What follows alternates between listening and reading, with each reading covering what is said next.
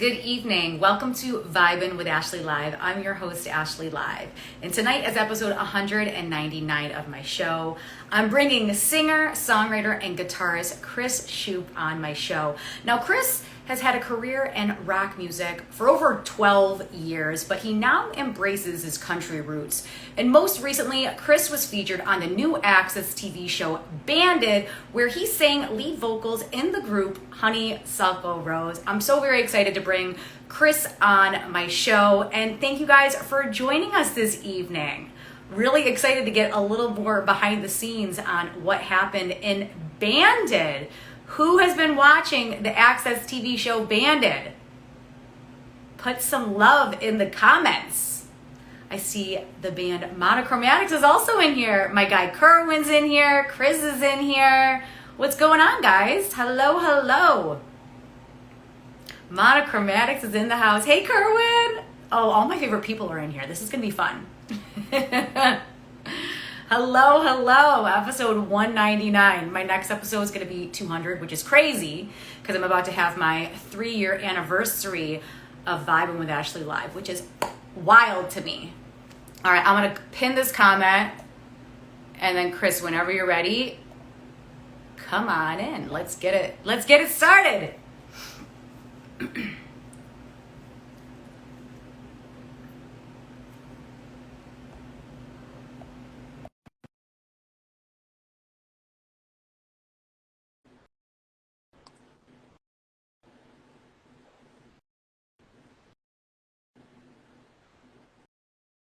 Hey, Alicia. Hi, Chris. How you doing? I'm doing well. How are you?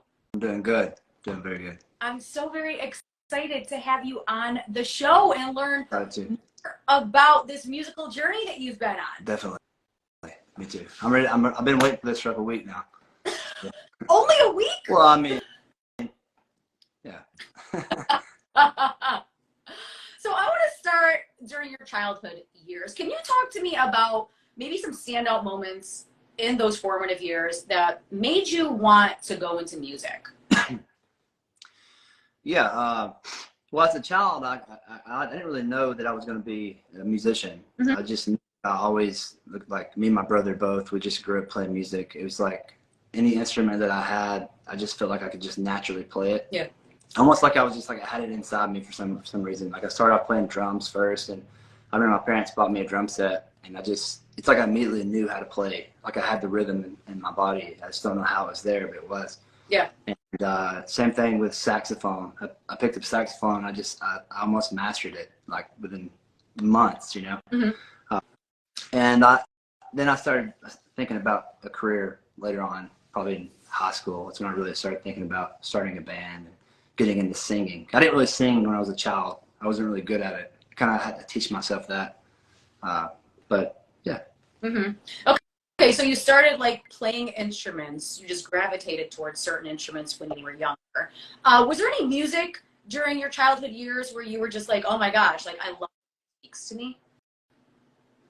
Well, you know, when I was like 5 or 6, I started playing drums, and my parents had this big tower of CDs, you know, and records, and I would start off like CCR and Leonard Skinner and Aerosmith, like, you know, like just stuff like that. I was going through all that stuff, listening to it, Janis Joplin, like stuff like that, and I knew the songs, knew the words to them, and how to play them, and I was kind of break down the music, like the arrangement. I was like really interested in the music part of it, and that's the kind of, and Elvis is a big inspiration for me too as well, and that's the kind of stuff I grew up listening to. And then when I got into high school, I kind of went down like a punk rock like path. I was really into Blink-182 and like Green Day, and that's when I was like, all right, it's time for me to get my guitar and like start trying to sing, because like I want to have a punk rock band. Yeah.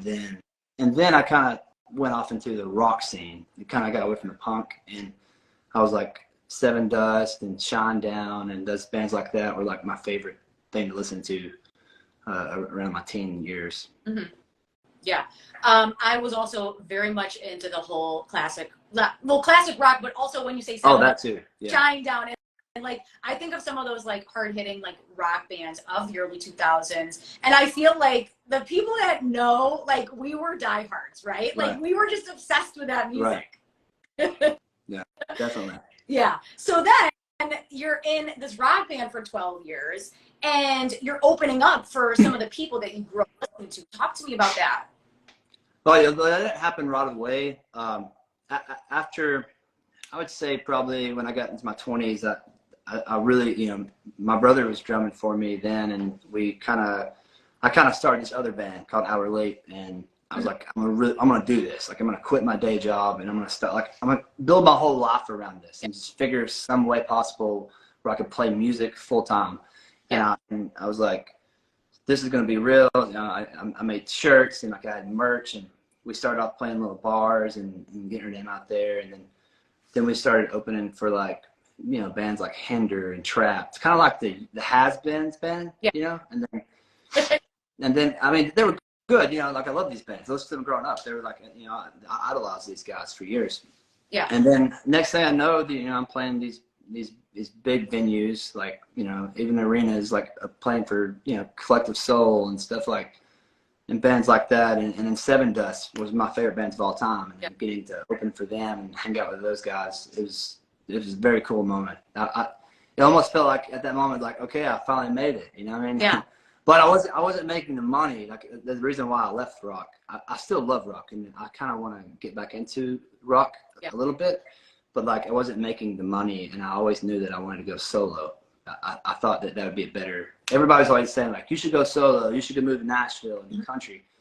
And I like country because I grew up listening to that. It was always on the radio in the '90s growing up, and. So I left the rock band when the pandemic happened and went solo and started doing country. And I started out on the streets in Nashville. I literally set up I remember I went to Nashville. It was the pandemic in 2020. I took my guitar and a little battery powered amp, and I went to Broadway, and it was like a Saturday night, and I cut it on right there on the sidewalk. And I opened my guitar case, and I was like, if I start playing country and people are digging this shit and they start putting money in my guitar case, that's going to be like the tell, like, this is what I should do. Or should I go back to my band and keep pursuing it? And I literally made like $800 in like 3 hours. And I was like, this is what I need to be doing. You know what I mean? So, yeah, so the next thing I know, I'm playing in all the bars on Broadway and working my way into Music Row and, you know, being a songwriter and stuff like that. So that's pretty much the story of how that went. Love that. So wait, okay, so let's back up to 2020 because that was such a crazy year for so many people on, right? So was 2020 the year that you were just like, oh my God, with the band and then like go in a different direction? Well, it was kind of, I was already kind of unhappy because like I remember I was playing for these big bands, like big shows, like the biggest shows, the biggest bands, and I was like, this is pretty much it. You know, we're opening for these bands, like we're doing these little mini tours, and like I wasn't making the money financially to move forward, and I always had it in the back of my mind like I should probably stop. But every time I thought about stopping, it was like I'll get a call, and like it would be somebody like Collective Soul or something like, hey, you want to play this? You want to play this Tivoli arena? And like it's just my band and them. I'm like, man, okay, I can't give up now. Like things are happening. And then when the pandemic happened, like we were literally talking to labels in LA, like we were about to sign a deal. And I remember I was talking to this really big guy. I'm not going to mention his name, but he was in LA, and I was talking to him the week before the COVID-19 hit. I think it was Washington, the first state it hit. Yeah. And he was talking to me on the phone, and we were talking about what we were going to do with the band, you know, like artist development. What they call it, and we were talking. We sat on the phone for like 2 hours, and I was so excited. I got off the phone with them, and I called the band. I was like, "We're about to sign a deal. This is about to be huge."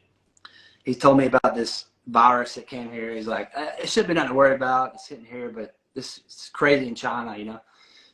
And then a week later, I had a follow up with him, and I called him. He's like, "Hey, man, labels are shutting down. Like this shit's already spread to California. It's like spreading everywhere. Like they're saying this might be like a pandemic, and this is gonna stop like all live music and everything." And then another week passed by, and they actually shut down everything. All the venues were closing down.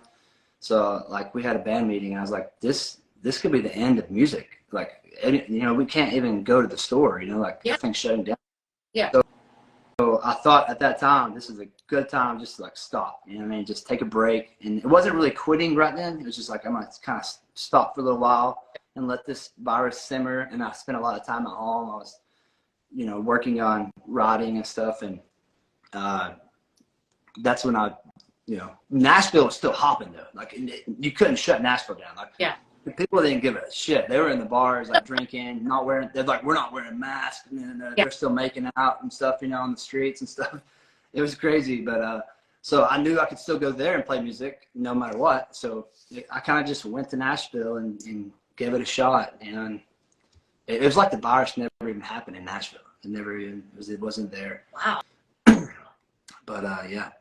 That's wild. But I okay, so I think COVID is one of those things, right? It made us all consider a lot of different things, every aspect in our life. But for you, it was like, I kind of don't want to do the band thing anymore, but I keep getting roped into these situations, right? You're getting like a label calling you, and then like Collective Soul, and like all these really cool you're like, yeah, but I'm not like doing what I want to do. So I feel like it just kind of brought you to the point where you're just like, let me just see what I could do in Nashville, see if country's for me. And then $800 later within 3 hours. That's pretty wild. Yeah. I mean, it wasn't like that every night, but it was really good. It was. I remember what you would think. Like, I probably shouldn't talk too much about this because some of the bands would be like, "What are you talking about compensation?" But you would think opening for a band like Shinedown or somebody, like you would think you'd make good money as an opener. But like, I remember like we would get our pay, and like after we split it like between the band members and bought dinner. Yeah.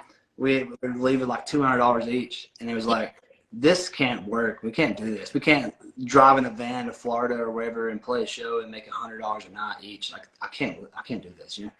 Yeah.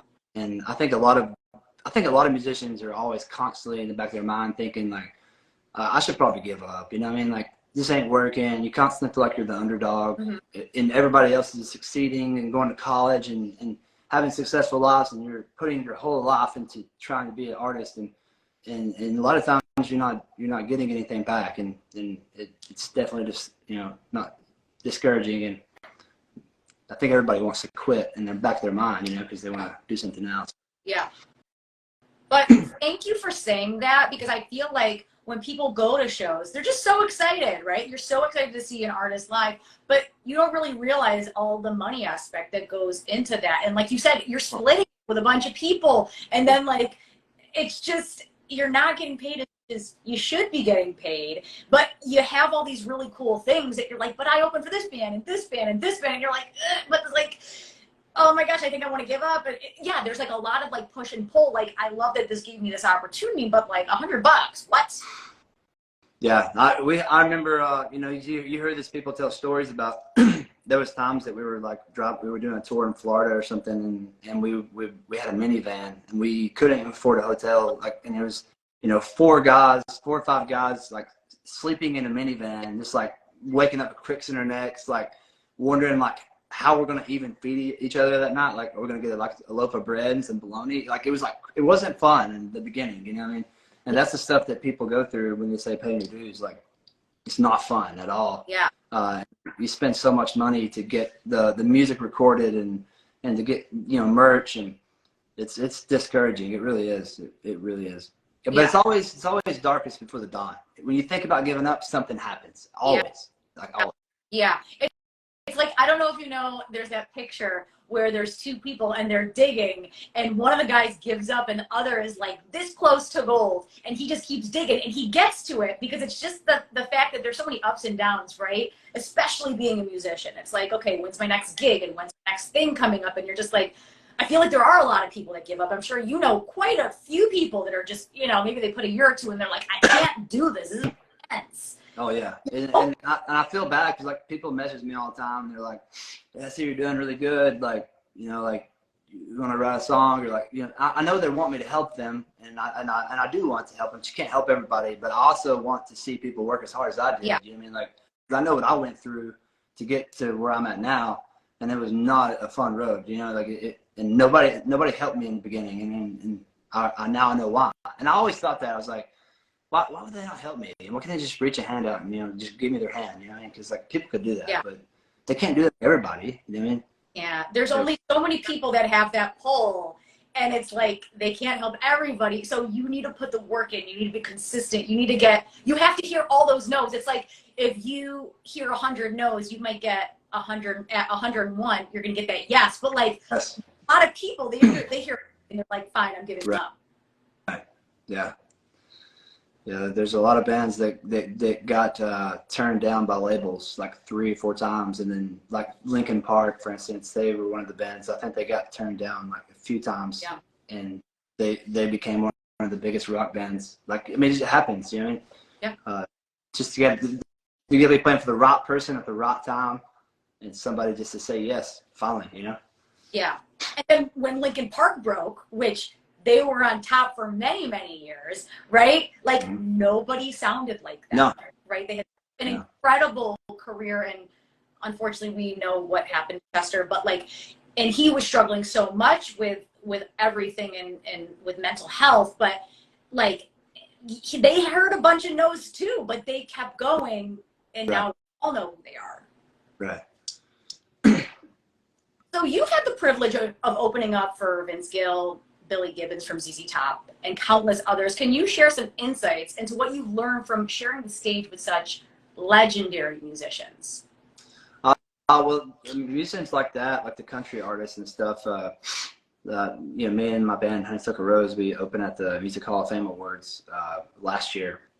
And that was a really cool experience because, you know, not only to get to like open for those big artists that were getting awards and stuff, but they were sitting on the front row, and you know, I think anybody in the band can speak for this, but like it was a weird experience because like I've opened for a lot of bands, rock bands, and like, you know, you go backstage or in the green room, and they have their own green room, and sometimes, you know, they might let you come in theirs and share a beer with them and talk to them, and that's a cool experience. Or they might say, come on our tour bus, or even go out to Waffle House afterwards or something. So you know, they don't really watch you though. They're doing their own thing when you're on stage, and then that's it. You know, I mean, that's the end of it. Yeah. So they never really get to hear you. But like that particular instance for like, you know, Vince Gill and Billy Gibbons and Don McClean and Marty Stuart and all those guys, they were sitting on the front row, like watching our band open up the Hall of Fame Awards and Musician Hall of Fame Awards, and watching them watch us. That's something I've never experienced before, and that made me more nervous than anything. Yeah. And that was a cool experience. And I would say, you know, I already learned a lot from the rock world, like watching the other bands, watching how they perform and move on stage and how confident they are. And that's kind of some of the things you take in is when you're, you know, trying to be somebody in music. So you learn a lot from the big boys, I guess you could say it. That's got to be so wild, though, for you to be in this band and you see all these legendary musicians, like, just watching you, and you're like, oh my gosh, like, they're enjoying it. Like, I'm performing for them, but I'm so nervous. Yeah. And you don't want to look at their faces because you're hoping they're liking it, you know, and you don't want to. Yeah. And then when you look over and they're like, yeah, you're like, oh man, this is crazy. Like your heart wants to stop, you know? Yeah. So awesome. So, and then a few months ago, you were featured on the new Access TV show, Banded. So there's some people in this room that don't know about Banded. So for those people that are living under a rock, tell them a little bit about Banded, the TV show. Well, so Banded was a music competition that they narrowed down to 25 musicians, and we moved into a house in Nashville, and it was on Access TV, and they picked at their discretion. They picked the bands and they picked the members for each band. Yeah. And they compiled the 5 different bands, and those 5 bands competed against each other for the winning band, which would win a major record deal. Mm-hmm. But a lot of the bands on the show got offered record deals as well, and we are going to be one of them. So I want to say that too, but can't really talk too much about that yet. But yeah. So it was a really cool experience. I can't remember how many weeks we were in that mansion, but it was a cool experience. I think I was there for all of fall last year filming, and these people, we were complete strangers. We didn't know anybody in the house. No one knew anybody, and people from all over the world, just different places. They picked the best drummers, the best guitar players, the best bass players, the best singers, and they made these bands. And you know, we got to know each other, and we became like, everybody in the show is like family. Mm-hmm. You know, to me, I'll never forget the memories I had in that house and on the show and my filming at the Nashville Municipal Auditorium. It was a cool experience, and I would do it all over again right now. Like, I loved it. Yeah. It was so fun. It was so much fun to watch. So bring it back to when someone first approached you about Bandit. Like, how did you become involved with the show? Well, originally, when I left Broadway, I was singing on Broadway in Nashville, and I started thinking about, okay, you know, Broadway, you can make a lot of money, but I don't think a lot of opportunities happen on Broadway. Yeah. I think you start figuring out like all the magic happens on Music Row. That's where, you know, people are hanging out, and if you want to be a songwriter and actually want to have a career, you need to dabble a little bit in that area, you know. So I went over there, and I met some good people on Music Row, and I've been writing, you know, wrote some big name people, and got some big stuff in the works. And Precious Harris on Music Row, she's a big person in Nashville community, and she took me in, her and Tracy Moore, and they kind of put me in front of the right people to sing the songs I was writing, and you know, get me heard. And then I eventually auditioned for The Voice, and I made it through The Voice, and I was going to go on The Voice. And in Music Row, there's a lot of people who were on The Voice, and they were telling me, like, you know, you shouldn't do that. Like, not a lot of success comes from that. You know, everybody goes on The Voice a lot. It's not really that big of a deal. And those people I told you about, they sent some people over to Live Oak on Music Row. So it's like a place where you get to play like writers' rounds. Yeah. I was singing my songs on stage. The writers' rounds where you sit like 3 or 4 people are in a row and just keep going down the line, and everybody sings original songs, has a story about it. And I sing a few songs, and I got off stage, and there was a guy on the stage out in the crowd who's one of the producers from the show originally. And he's like, hey man, I really love your voice. He's like, we got this new show that's coming out. And originally the show was going to be on MTV, mm-hmm. but it ended up going to Access TV for a different reason, a whole different thing. But he's like, would you be interested in auditioning? And I was like, well, I'm supposed to go on The Voice, but I haven't finished up that 3rd round yet. I was like, so like, he's like, it doesn't matter, man. Just come check it out and like hear us out and talk to us about it. So I was like, okay, sounds pretty cool. Man, I do like my band. Yeah. You know, I like the idea of the band. It's something I never really heard of. So I went over there and auditioned, and I got the call back, and I decided to go with this show instead of The Voice. It felt like a better opportunity and something more I was interested in. And I knew we were going to be living in Nashville, and I wanted to live there instead of California. So I went down there. I did this, and I'm glad I did. It was really fun, and I think some good things are coming from it, and the best is yet to come. So nice. Wait, I love that you had this opportunity to go on The Voice, but you also had an opportunity to be on Bandit. Like, it's got to feel so good when you get recognized by these shows and people are coming to you and saying, like, Chris, you're amazing, like, you're great. And it's, I mean, The Voice is a different kind of show, right? It's just like people on stage by themselves getting it, and just like one person winning the whole season. Whereas Bandit, no one got eliminated. Like, you all made the show, you're all in these groups, and I mean, everybody was there for the finale. It was just a matter of like which band won. And the coolest thing about Bandit was like my biggest turn on to it initially is like the bands are gonna write their own songs together with a, you know, like a Grammy nominated producer or songwriter. Like we had Dave Bahanish, you know, there was some big names on this show, like Wendy Starlin and Steve Diamond, and I could just name off. There's so many people who got in on the show and worked on it. And these bands that we were in, we wrote our own music, and we were performing with original music, and that was the coolest part for me, because I never really thought I could win The Voice. Like, I don't think I have a fantastic voice where I could one of the best voices. I feel like how I showcase my talent is like I'm musically inclined. I can play every instrument, and I'm a songwriter. So I felt like I would do better in that aspect already. So I was like, this is a way better opportunity for me to get my name out there. So it's really cool. Bandit's a really cool show. And if you haven't seen Bandit and you want to watch the season, you can go download the Access TV app on your Roku or anything, and you can stream the whole season 1. It's all there right now. Yeah. And I think they're getting ready for season 2. So it's really exciting to see this show grow in the future. So what I love most about Bandit is what you said. It's original music. It's not you're singing somebody else's music. Like, you're writing with people, and then you're performing all this original music. And that was the coolest part of the show, because it's stuff that we've never heard before, because you guys had these tasks weekly that was like power ballad and then like love song, and really cool. Yeah. Instead of singing like karaoke stuff on The Voice, you're just singing other people's songs. Yeah. It didn't really, I mean, I don't know what would have happened if I went on there. I probably wouldn't have, if I would have went on there, I might have made it the first round and get kicked off, and then what, They maybe pick a song for me that I don't like or something, Yeah. Well, Alicia's in here, and she said, thankfully that you went on Bandit versus The Voice. Thank you. I love you guys. I really do. I see JoJo's here too.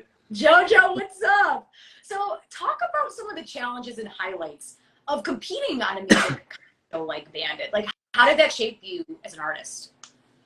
Well, the first big thing for me is like, the first day we moved in, we're all excited. Like, we're all thinking we're going to just, we didn't really know if we were going to pick our band members. We're all starting to like, know each other and pick, and everybody's like talking. And I'm like, all right, I got my eye on who I want. You know what I mean? And then we got like a curveball. It's just like, they're putting us in these bands, and they're naming everybody off for standing in line.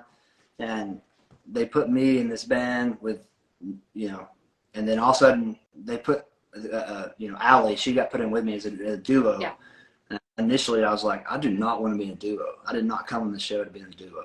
I have nothing against Allie. She's a fantastic singer. She's a really good voice. Like, I knew we could do something like good, but like, I'm thinking like forever band here. I want like a super group band that I could just go off with forever. And I'm thinking like, I don't, initially I was like, even she didn't want it. We didn't want this. We wanted to have our own band. Yeah. It was a really hard for me to deal with. It's hard for us all to deal with, and just having to adjust to that. And we had Joey. He was a punk rock drummer, which I love punk rock. Like I said, I knew we could work, and everybody had just different backgrounds. But as we started talking and figuring out a lot of the band, like they thought I was just like stone cold country, and I think as they found out some stuff that I did in my background, they're like, oh man, he was in rock. And then we started jamming out in the room, and like, we could actually do something with this, Yeah. So, but it was really challenging in the beginning. It really was.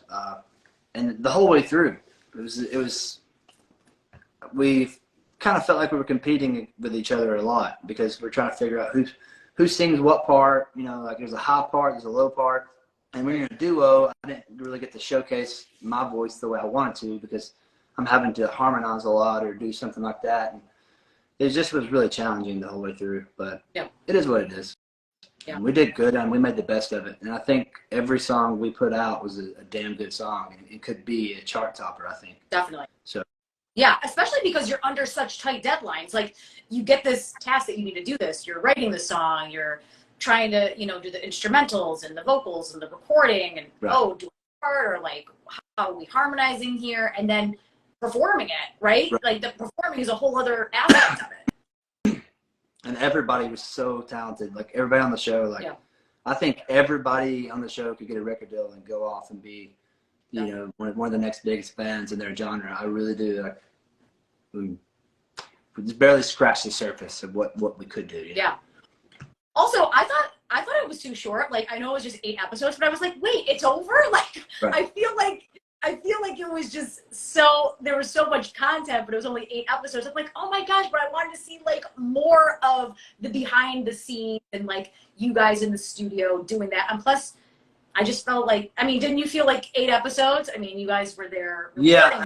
Maybe the future of the season, maybe we were the kind of the guinea pigs. It's a new show. They're trying to figure out what's going to happen with it, and maybe the seasons, as it gets picked up by bigger networks. Maybe it'll be longer, and as the seasons go on, they'll get more screen time. I think that there's a lot of stuff that they didn't get to show. Like really, you know, a lot went on in the house. Like just so much stuff. If they would have aired all that, man, it would have been the best show ever. And I'm still hoping that maybe it might get aired somewhere on TikTok or something. I hope so too, because I know what you're talking about. So yeah. I hope it's like they just show more stuff, because I feel like I wanted to get to know each member of the band, and I feel like we only scratched the surface at times. Like it was just like, okay, this is the bassist, this is the drummer, and it's like, okay, but I really want to know more about that person. Right. I think season 1's kind of like an intro to the new show. I think, you know, the ratings were really high for it. Yeah. I think I was talking to Rob, one of the producers, and he was telling me that I think he said it was like number 3 or 4 on Access TV as a top show. So like that's really good. You know, like season 2, that's looking pretty good. And it's not over yet. This show is airing in Canada right now and other countries, and it could get picked up by something else. I mean, who knows? You know, like it's definitely a cool concept, and there's nothing like it. You know, like I said, the original music, the bands, the curveballs that are thrown at us, it's really cool. So definitely. So talk about your singing lead vocals in Honeysuckle Rose, but which performance was your favorite and why? Well, I like the finale. I think towards the end, like the end of the competition, we had some, we were kind of butting heads in the beginning. Like everybody was trying to figure out what we're going to do. We didn't really know each other that well, and we didn't really know. I don't think the first song was good at all. I think that we didn't really know what we were doing, what were we trying to achieve. And I think we all kind of came together and said, okay, if we're going to do this, we got to go with this sound, and we got to make some good songs, or we're not going to stand a chance. You know what I mean? Because I think we were the most diverse band on the whole competition. The Honeysuckle Rose was like, I mean, it definitely was. I've watched the show like 3 times. Like, there's no way. We definitely got the shit in the stick. And some band had to. You know what I mean? Like, everybody couldn't have the perfect setup. I feel like Starland, man, that they're badass. They were made like in a factory, like from the beginning. I feel like they fit together so well right off the bat. You know, like, and that definitely was a good advantage for them. And they had Wendy Starland. She's an amazing songwriter. And but we did the best we could. You know, we did the best we could, and I think we made some great songs. And everybody did. I didn't know who was going to win Song of the Night every episode. It was that good. And everybody in the house was walking around singing the songs because like they were all so catchy and good. Yeah. I'm just proud of everybody on the show. Yeah, and it's like people that are watching don't realize it's only 2. You guys are only together 2 months, and you literally did not know each other. You're in a house together. There's 25 random musicians in a household, and then you're all in bunk beds and stuff. Right? Well, I actually had my own private room. I got lucky, but yeah, there were bunk beds. Most people had bunk beds, but I got really lucky and had this secret room. You press on this brick wall, and it opened up into this little secret room, and it was pretty cool. I don't know why I got that. Maybe because I'm like old. I don't really know. I'm Papa Shupe, you know what I mean? Everybody's calling me Dad now. It's like, because everybody was younger, and I'm like, you know, I'm in my 30s, and they're all like 19, 20. So they're like, hey, Dad, you know, like, we take this to the store, you know? You're the house dad. Yeah, it was pretty cool. So, but what do you enjoy most about Nashville? what I like about Nashville. Nashville's really tough. It can kind of make you or break you, because everybody is going there to do the same thing. That's the bad part about it. The pros and cons of it. The cons is, it's like, if you want to do something, like, you can get it done there. Like, someone's there to help you in some way. And if you're good enough, you will surface. Like, you will. If you have a good voice and and you can write songs, someone's going to hear them and want to work with you. And but the cons are, everybody's trying to do it. Everybody there, especially Music Row, like, they're all trying to do the same thing, and they all want the same thing. So it's like everybody's butting heads, and there's a lot of people stabbing you, people in the back, and you feel defeated all the time because no one really wants to work with you unless you're doing something. You know what I mean? Yeah. It's just, yeah. So, but I love how you can achieve anything there, because I think with my rock band that I was in before, you know, we just kind of based out of Chattanooga, Tennessee, and we didn't get hardly anything done there. I went down to Florida and Orlando. We got like some help, some sponsoring with Full Sail University, and we started having some things happen because we got out of our town. You know what I mean? Yeah. Everybody said, get out of your town and go somewhere else because nobody really respects you there. You know, you got to be the new person in town. I remember a guy told me when I came to Nashville, I was at Warner Chapel and I was riding with a guy, and he told me, he's like, use this time here wisely because you're new. And the biggest thing is you're only new once. And once that new wears off, you're just like everybody else. Everybody wants to do everything. And then, you know, like they're like, move out of the way. So like stand out now while you're new and like make something of it, because everybody's looking at you like, who's this guy who just came here? You know what I mean? Where's he going? Like, you know what I mean? Who is he? Is he the next Morgan Wallen? You know what I mean? Or whatever, you know, like. Yeah. But wow. That sounds really intense because you're right. Everybody goes there to break through into country music. But like, you're right. You're in Florida and then you're kind of at the top because there's not that many people in Florida rocking out to country music. You know what I mean? Right. Like you've already had all this experience and rejection under your belt where you're just kind of like, oh, okay, it's nice to go to a different city where people are like not as cutthroat as Nashville, right? Right. So let's talk about what's next for you. Do you have any shows coming up that we need to know about? Like, are we going to get music from Honeysuckle Rose, solo stuff? Talk to us.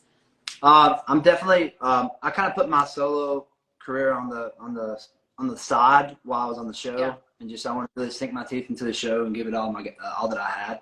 But now that the show is done airing, I've been writing songs, like solo songs, so I don't really know what's going to happen with my solo stuff. But I do know that we are going to be signing a deal with the band, Honeysuckle Rose. Nice. We are definitely moving forward, and I'm looking forward to. I think that we talked about doing a full-length album. Cool. I don't really know the details yet on like what we're going to do. Allie's no longer with the band. She mutually decided to leave. She kind of wanted out of the contract, and it just wasn't working out with the producers or something. I don't really know what happened, but I know that we're moving forward.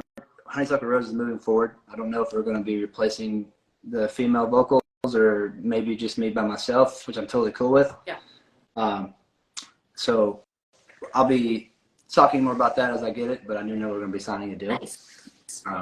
And I'm going to be moving forward with my solo stuff. I got some festivals coming up and things like that. And I'm working on a big sync deal with Sony. So hopefully. So yeah, that's pretty much what's going on. So for people that want to catch you at these festivals and see you live, where can we see you?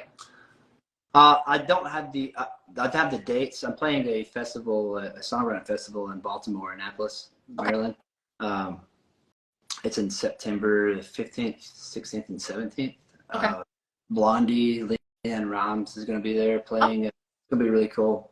It's going to be a cool week in Annapolis. And that's the next thing I have going on right now. Awesome. Probably some things in Nashville too. Just don't have them posted yet. Mm-hmm. So, Chris, what advice would you give to your younger self? I would tell myself to not chase girls and just focus on music and just like leave high school and go straight for it. Yeah. You know what I mean? And like, just like put the partying on the back burner and just like, focus on making something yourself, and then come back to the partying if you want to or whatever. Because I think a lot of people do that, and it's kind of, you know, I'm kind of a late bloomer, I guess you could say, because of that. But, yeah. Well, you know, you can only do so much, right? You can't go back. Right. I wish there was a time machine. I would definitely go back and change some things. But hey, I feel like we all would. You know, right. We all would. Right. Somebody said, "Don't chase girls." Yeah, just don't chase people, because sometimes when you're chasing people, you don't realize what your dream is. But you gotta like tunnel vision, be like, "This is my vision. This is what I'm doing." Yeah. Yeah. Well, Chris, that's all the questions that I have for you tonight. But guys, don't go anywhere because Chris is going to perform a couple songs for us. I am. Get it. Are you ready now? So I guess I should probably say this next song is going to be a different version, but on the Bandit show, this was my favorite song on the whole show that I sang, and in Help Her Out. I just like this song. I feel like it showcases my voice a little bit, and I like the meaning behind it. But this song's called Kiss Away, and I'm going to play an acoustic version of it that nobody's ever heard.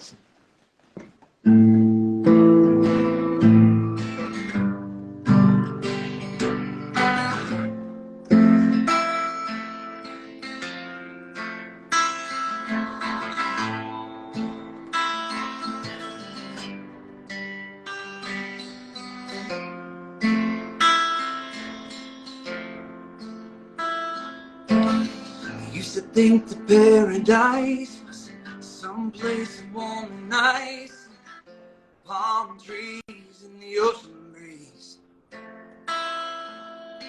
But lying here by his side, I see the light, I realize your love is all I need. I never did believe much in heaven. I never saw an angel, and I met one. Baby, I believe you now. How could I even doubt? God knows I'll never be the same. You saved me from the fire below. How could I let you go? It's hell when I'm not with you, babe. Heaven's just a kiss away.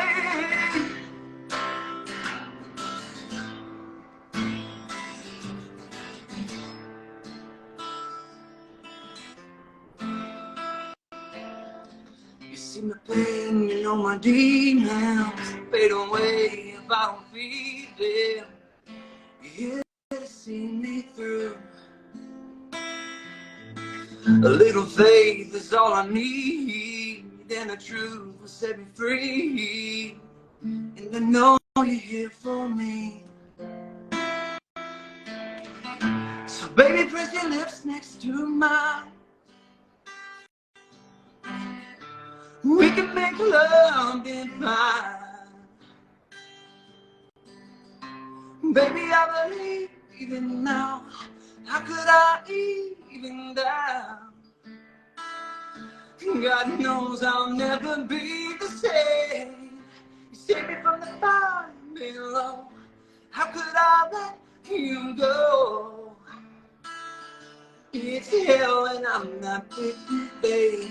Heaven's just a kiss away.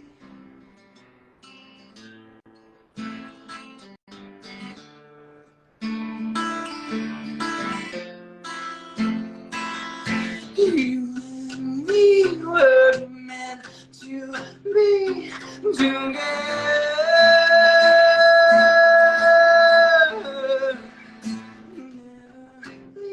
Please stay with me forever.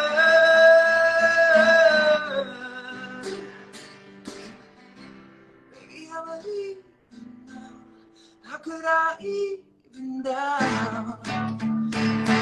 God knows I'll never be the same. Singing from the fire below. How could I let you go? It's hell when I'm not with you, babe. Yeah, that's just a kiss away. Just a kiss away. Yeah, just a kiss away.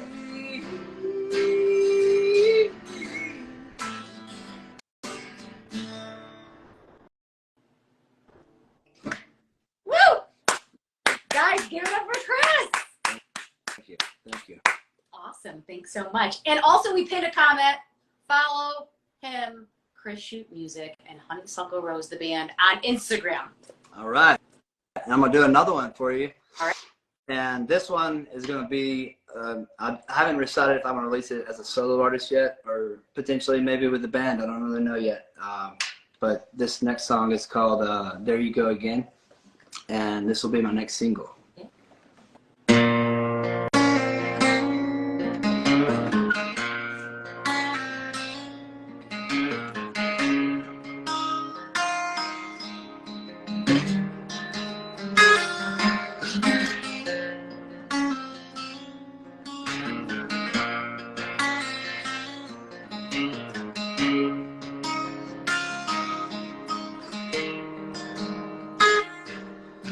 It took 3 months, 1,000 shots of whiskey for me to figure out you never really missed me at all. But now I'm over it all. It's no secret you're the talk of the town. Every single guy knows you get around. I ain't calling you out, but baby, that's just the cold hard truth. Then you come running back to me, just like everything's the way it used to be. There you go again, saying the same old things like you did many times before. I should have known better when I seen you coming and walk right out that door. Tell me you miss me and the rest is history, 'cause we're about to end. Oh, there you go again.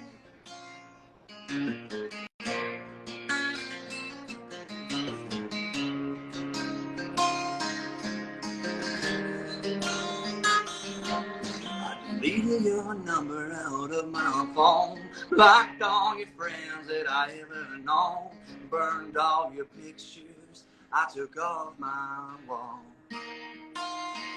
I used to pass your house on the interstate, knowing I'd go home, I take a long way around, 'cause I don't want to see you again. You come running back to me, baby, just like everything's the way it used to be.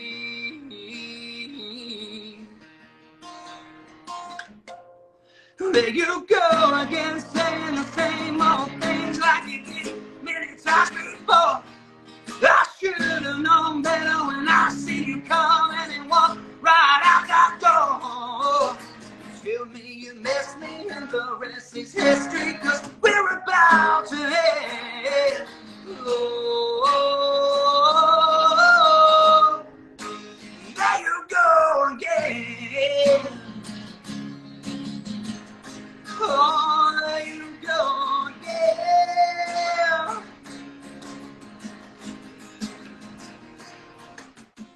I can't believe that I once loved you. You play me like a fool, and every time that I get rid of you, you come running back to me.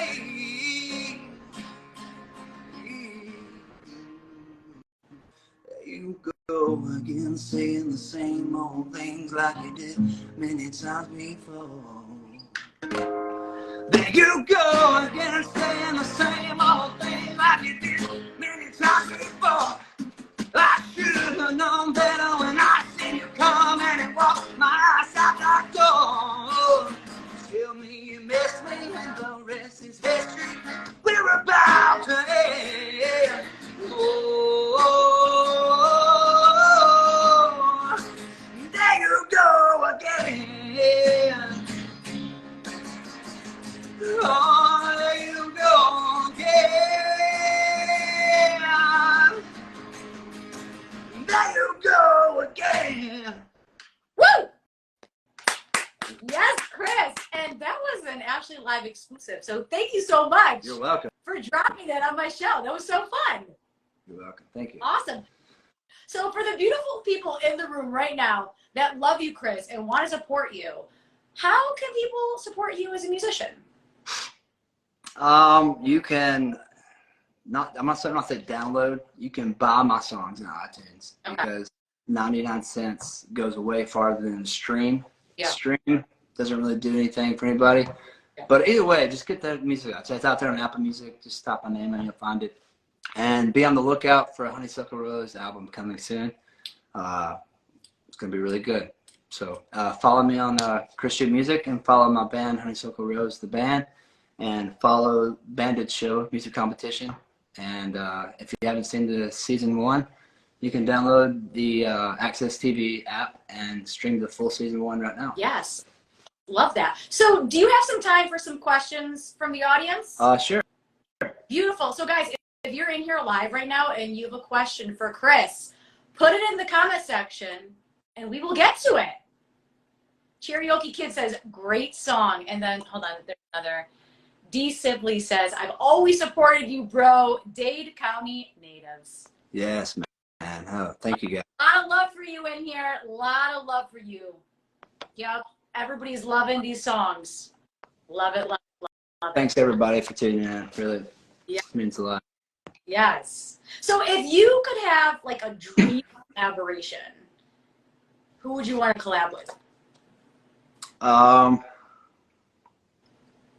Oh, man. I can't dig up the dead, you know what I mean? That's the thing. Well, Like, but you can though. You can though, because I feel like some of the best musicians are no longer with us.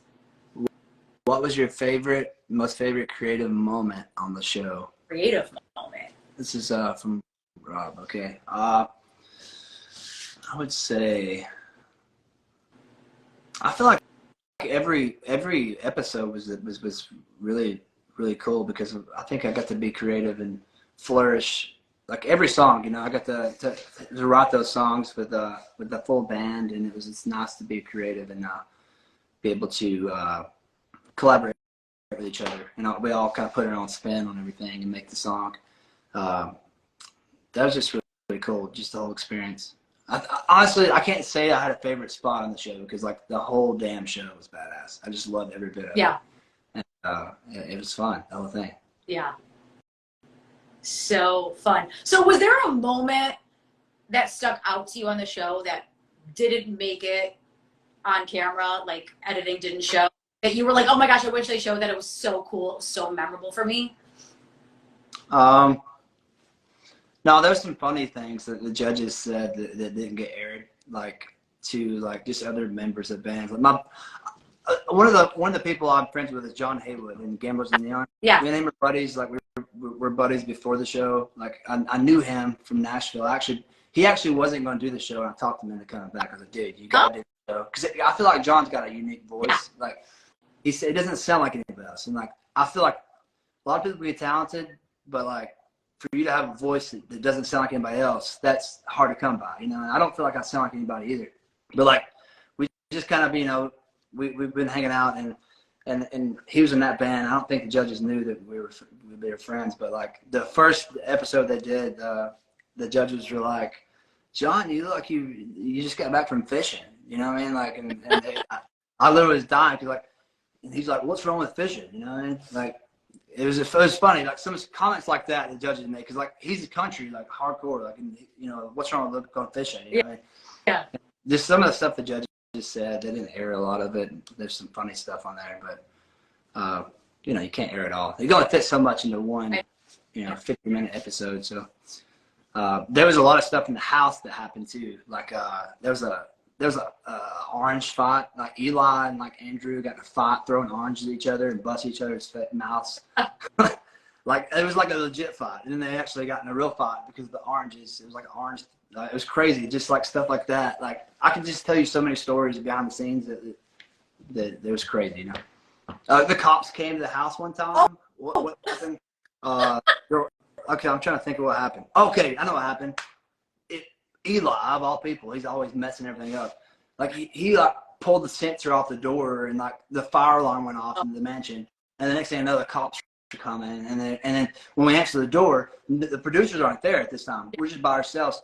and like Eli answers the door in his boxers or something, and the cop's like, "Who's the owner of the house?" And he's like, "Well, we're all living here. There's 25 of us." And the cop's like, "Come on, man, seriously, where's your mom and dad?" So they made me go to the door, and I start talking to the cops. I'm like, "Hey, listen, man, we're filming a TV show. Like, I know it sounds crazy." He goes, "Seriously, dude, like, what are y'all doing, man? It's really like, did y'all break in here? Y'all don't live here."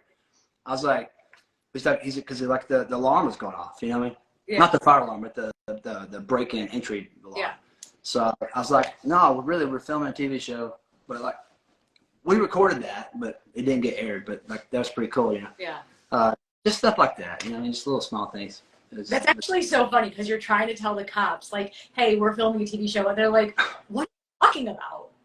He's like, "There's 25 people living in this house, and y'all filming a TV show. Come on now. I'm called here because the alarm's going off. Like, seriously, y'all burglars?" I'm covered in tattoos, answering the door, and like, "I swear, man, I didn't break in." You know what I mean? Like, I live here. I finally believe you. Like, what made them like believe what you were saying?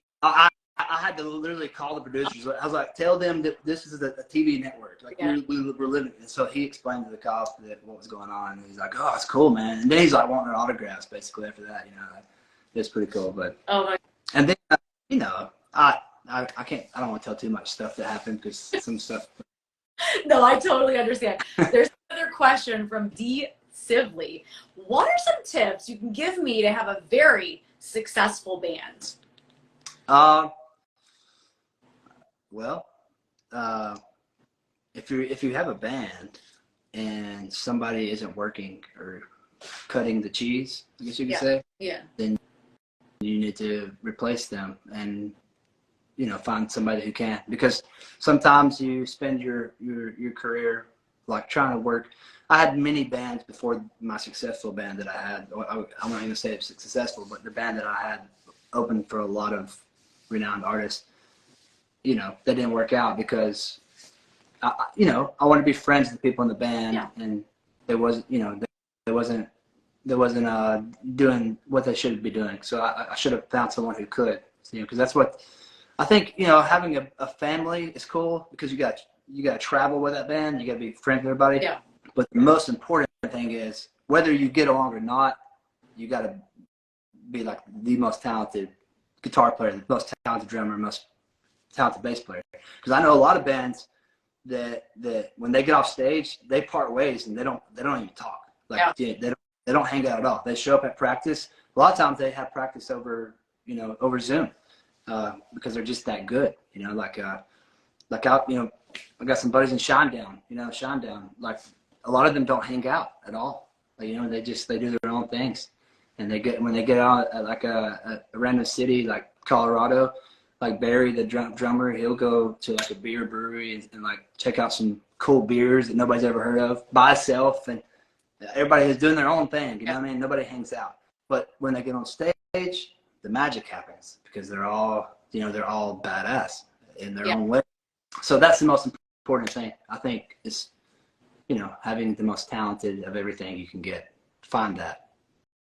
Yeah, because you want to make sure that they're talented people, but also you kind of want to be in a family, but then with Shinedown, I mean, they've made it work for many, many years. Mm. Yeah. Yeah. That's the secret to having a successful band. Just making good music and, you know, working on your craft, being the best. I'm trying to be the best singer I possibly can be, and that's all I can offer. You know? Yeah. And nothing else really matters. You know, and then being a good sport. Yeah. You know, learn. Everybody has their own things that, you know, makes them mad, and you got to figure what that is and just try to avoid that. You know, kind of like with a roommate. But then sometimes with the drama, you might be able to get like some good stuff out of it. You know what I mean? Like you might say, "Oh, me and this person in my band are having an issue," but then you can like maybe work through it and come out with like a really great song, right? Yeah. Like me and my guitar player in my other band, Hour Late, there was times we almost got in fist fights. Like it was like crazy. Like we were screaming at each other, and like, you know, like we were like the drummer and the bass player had to pull us apart because we were about to fight. You know what I mean? And then we're hanging out like an hour later. Like, you know, we just learned that we got, you know, let's get your anger out and let's move past it. You know, we still hang out today, you know, but Yeah. Yeah, you got to learn those things about people and figure it out. And I think me and Allie did that, you know, in the beginning. Yeah. You know, we never hate each other or anything. We wanted our own bands. We didn't really want the same band. So in the beginning, we kind of felt like we were competing with each other, trying to figure out what, you know, who's the lead person here, like, you know what I mean? Yeah. We eventually learned how each other were, and you know, I built her up, and she was feeling down. She'd sing for me, and then we just tried to make really good music. That's all I was trying to do, just focus on that, and you know. Yeah, and I feel like when there's so many people in a band, there's so many different personalities and creative differences, and it's kind of just trying to weigh all that out, right? Because when you're with 4 other people you don't know, you're like, I literally don't know who you are. Like, who are you? Like, how do you work? Right. It was cool on Bandit though, because we got to figure that out pretty quick, because in a normal band we just go to band practice and then I go home and then I don't see those people until we sit at band practice. But we lived together, so like we were all together all the time. We were like, you know, we were in the kitchen at 3 o'clock in the morning cooking hamburgers, and then going in the movie room and like watching Star Wars and you know, just stuff like that. And you know, it was crazy, like the stuff we did together. But so we got a lot more hang time. Yeah. The bands did, so we got to learn each other pretty quickly. Yeah, because you're all in the house. It's like full immersion. It's not just like, oh, we're gonna go be at this place for 2 hours and then leave. It's like you're literally like in the kitchen making eggs with them in the morning. Yeah, and we're still all friends. Like everybody on the show, all 25 contestants, we all talk. We have a group chat, and every day I think somebody's saying something or sending some funny memes or or you know, we're asking who's on Broadway tonight, who's going to be hanging out, do some Nashville crowd. Yeah. And then the boys down in Florida, Audio Crisis, they're kicking ass right now. They're doing really good, because they were doing good before the show, but they got some good stuff. You should check them out, by the way. Yeah. If you don't know who Audio Crisis is, check out Audio Crisis, because they're killing it. Yeah. Right now. Such a good band. Yeah, they're really good, and they're down there by themselves in Miami. They don't really come to Nashville, but they're still family, you know. Yeah, definitely. And well, yeah. No. What? Sorry, didn't mean to cut you off. What was it? I was gonna say that there's a lot of, everybody has their own projects, you know, like Leo, our bass player, and Will from Starland. They got Sleeper Signal band. They're doing really good. I think they're going to do a tour in Brazil. There's just so many things going on. Everybody's doing their own things, you know. Everybody's still playing every day. It's exciting to see what everybody's doing. Their separate life too, you know. But I think there's like four bands that are moving forward, like right now with deals. So yeah, the show. So it's really cool. Awesome. Well, Chris, do you have any final words for the room? No, I think it's pretty much it. Well, yeah. Guys, I just want to say thank you so much for hanging out with us tonight, Chris. This was so much fun. Definitely. Getting to know you and your musical history. And thank you so much for your honesty, because I think sometimes people get scared of some of these interviews. But I know that the people watching these interviews just love to hear a struggle that you're having, and your honesty, and you talking about like being in this rock band and like having these cool moments, but like we're not getting paid, like, and just being honest with yourself and moving into country music. I think that's so powerful. I just want to say thank you so much for opening up to my audience and being honest and answering the questions, because there's so much love for you in this chat. Thank you. Of course. Well, guys, if you don't already, please make sure to follow Chris. Follow his band, Honeysuckle Rose, the band. Bandit Season 2 is coming very, very, very soon. And if you're new here, my name's Ashley Live. This is Vibe with Ashley Live. Give us both a follow, and that's all we have for this evening. Be kind, support good music, support Chris, and we will see you next time. Have a great night, guys. Thanks, Chris. Bye. Bye.